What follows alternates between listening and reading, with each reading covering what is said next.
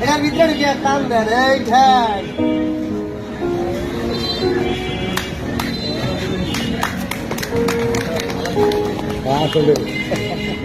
আপনারাও পারবেন বাড়িতে যায়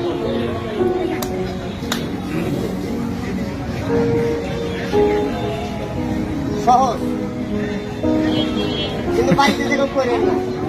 আমি গরিব মানুষ আমার কাছে সহজ আপনি একবার করলে প্রতিবন্ধী মেডিকেল চিকিৎসা করবো